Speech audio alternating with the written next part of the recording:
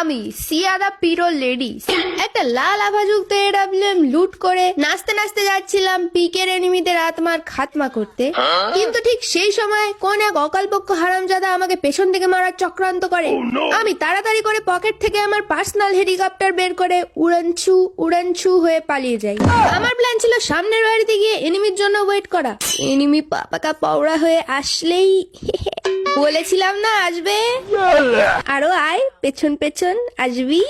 এরপর আমি আমার মৃত টিমমেট গুলোকে স্বর্গ থেকে অবতারিত করার প্ল্যান করছিলাম। গারেনা সরকারি রিভাইভ সেন্টারে 8 ঘন্টা করে হোমযজ্ঞ করে যেই আমি আমার টিমমেটদের রিভাইভ করতে যাব, কোথা থেকে এক কাকতারুয়া এসে ক্যা ক্যা করতে করতে আমার উপর হামলা করে দেয়। আমি ওকে বোঝানোর অনেক চেষ্টা করি যে ভদ্রবাড়ির বাচ্চারা মেয়েদেরকে ডিস্টার্ব করে না, কিন্তু তারপরেও আমার কথায় পাত্তা না দিলে আমি 2 থাপ্পড় মেরে 2 হাত কবরের তলে পুঁতে দিই। সালা অল্পের জন্য বেঁচে গেছি বে।